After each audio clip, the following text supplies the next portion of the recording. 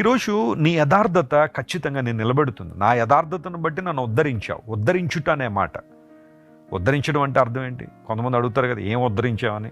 ఉద్ధరించడం అంటే నిలువబెట్టడం, లేవనెత్తడం. ప్రభు మనం లేవనెత్తే దేవుడు ఆయన. ఎటువంటి పరిస్థితుల్లో మనం పడి ఉన్నప్పటికీ కూడా మన చేతిని ఆయనకి అందిస్తే ఆయన మనం లేవనెత్తే దేవుడు ఆయన, బలపరిచే దేవుడు. నీ సన్నిధిని నువ్వు నన్ను నిలబెడుతున్నావు. ఎందుకోసం అంటే దేవుని సన్నిధిలో క్షేమం ఉంది, దేవుని సన్నిధిలో భద్రత ఉంది. ఆనాడు మోషేకి దేవుడు వాగ్దానం చేశాడు, నా సన్నిధి నీకు తోడుగా వస్తుందని. God's presence is very very important in the Christian life. క్రైస్తవ జీవితంలో దేవుని సన్నిధి యొక్క ప్రాముఖ్యత చాలా గొప్పది. ఆయన సన్నిధిలో సంపూర్ణ సంతోషం కలదు అన్నాడు. దేవుని కుడి చేతిలో నిత్య సుఖములు కలవని 16వ కీర్తన 11వ వచనంలో మనం చూస్తున్నాం. సంపూర్ణ సంతోషం ఎక్కడుందంటే దేవుని సన్నిధిలో ఉంది. అంత మాత్రమే కాకుండా నీ ప్రార్థనలకు జవాబు.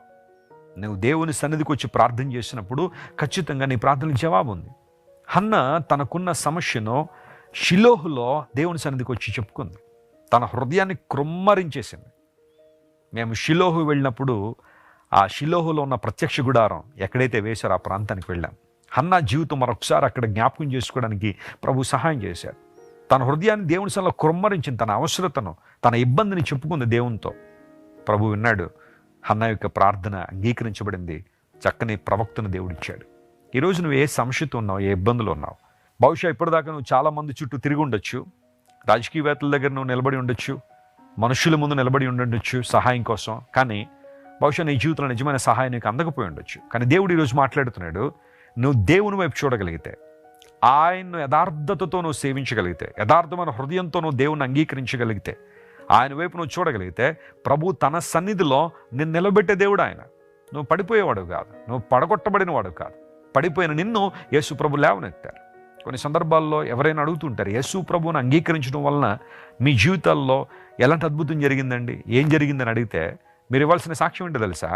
ఒకప్పుడు పడిపోయిన నన్ను యేసు ప్రభు నిలబెట్టారు.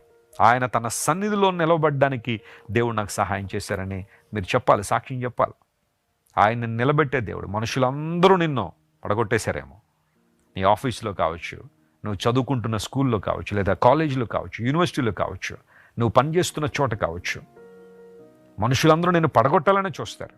కానీ దేవుడు ఎప్పుడు నిన్ను నిలవబెట్టి తన నామానికి మహిమను తెచ్చుకోవాలని ప్రభు ఆశిస్తున్నాడు.